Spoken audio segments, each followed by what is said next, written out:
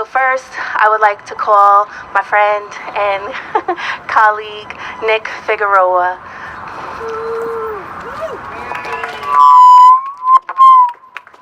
That's all right. Thank you, Ebony, and thank you, everybody, for coming out here today. Shout out to DHL for being out here and supporting, and I hope that you guys find resolution real soon because you deserve it. So, as Ebony mentioned, can you hold that for me? Sure. Yeah, just a bit. Yeah. My name is Nick Figueroa, and I lead a nonprofit here in Providence that helps students get into college and continues to work with them until they graduate school. So it's not enough just to get students into college. We want to make sure that they graduate, they earn their degree, and they come back to our communities, purchase homes, and become civically involved, which I think in the end makes a better world for everyone. So thank you, Ebony, and organizers of the event. So here we are 50 years later, after the original Poor People's Campaign, and we're kind of right back where we started in a sense. We have schools that are increasingly becoming segregated again. We have hate speech and hate crimes taking hold in our schools. We have our school children these days being put in handcuffs for minor indiscretions. We have a whole slew of things that are going back to where we were 50 years ago, and as an educator, it really frustrates me to be back in this place. But I understand the struggle continues and that we have to keep marching forward. So I want to tell you about a situation that happened in Washington, D.C. maybe about 10 years ago or so, where schools are crumbling. And I know because I used to visit Washington, D.C. schools to recruit. Ebony as well was my colleague at the time. So we spent some time down there trying to recruit students up here to Rhode Island colleges.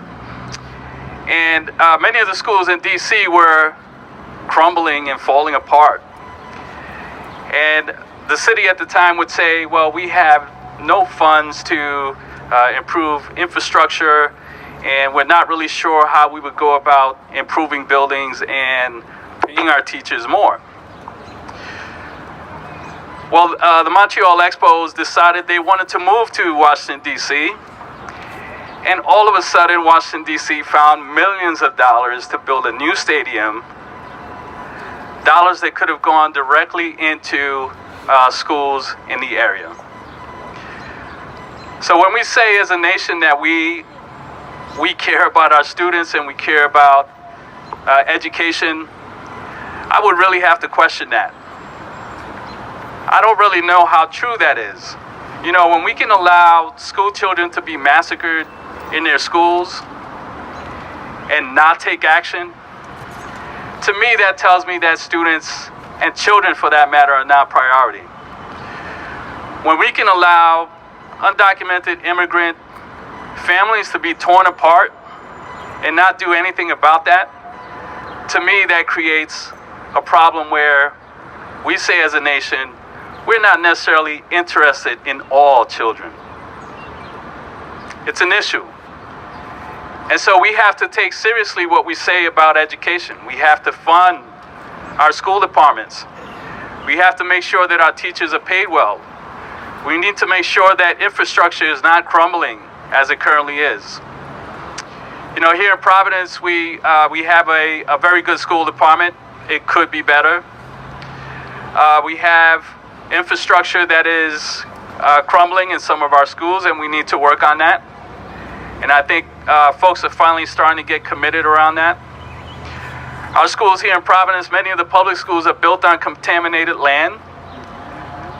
Not many folks know that, but in order to afford some of these properties, school buildings end up being constructed in this way. So the areas are cleaned up as much as they can, and then these buildings are placed right on top of them. You know, so it is highly unfortunate. It is highly unfortunate. There's also another issue that our children face, and that is the prison industrial complex. You know, my son, who is 26 years old, as he was growing up, I would tell him, hey, you have to do well in school. There's a reason for that.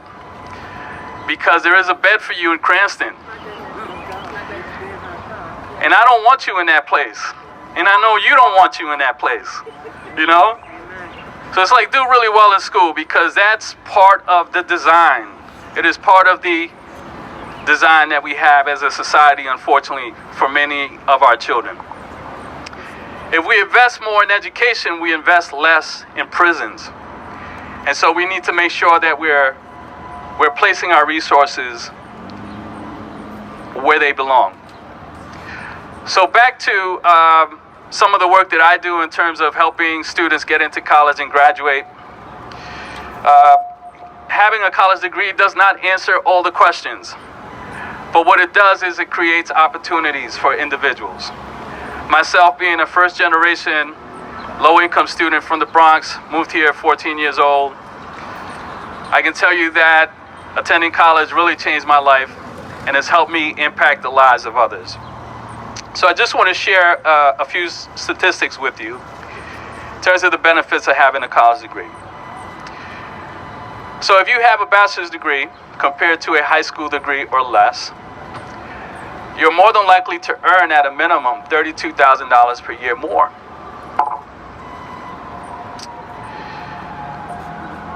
You're also twice as likely to be involved in community activities, right? If you can make an affordable living, just think about this. You can actually participate in the happenings of your community as opposed to working 2 or 3 jobs just to get by. If you have a college degree, you're 4 times less likely to be incarcerated. I mean, if you're making a decent living, chances are, you're staying out of trouble. Or you position yourself in situations where trouble doesn't come and find you. All right. You're twice as likely to vote if you have a college degree, which is very important. We want our citizens to be informed. We want our citizens to vote because it strengthens our democracy. The Supreme Court ruled today that Ohio is allowed to purge its voter registration rolls. Probably not an impact here because of the Secretary of State that we have, who's active in making sure that everyone has that opportunity to vote. But in other places across the country, please check your voter registration card. And now we have so many young people who are politically engaged, so many young students who are politically engaged, who are getting registered to vote at a very young age, many of whom historically haven't voted, are now lining up to vote. Lastly, if you have a college degree, you're more than likely, 3 times likely to remain employed, although we know unemployment can strike anyone, but your chances of becoming unemployed decrease significantly when you do have a college degree. So in essence, what I'd like to leave you with is that we have to commit as a society to funding education, to believing in our students, to making sure that everyone has equal access to a quality education. It is not, it is a human right.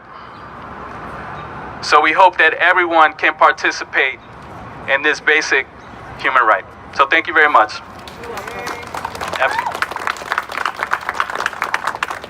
Thank you so much, Nick Figueroa, who's the Executive Director of College Visions.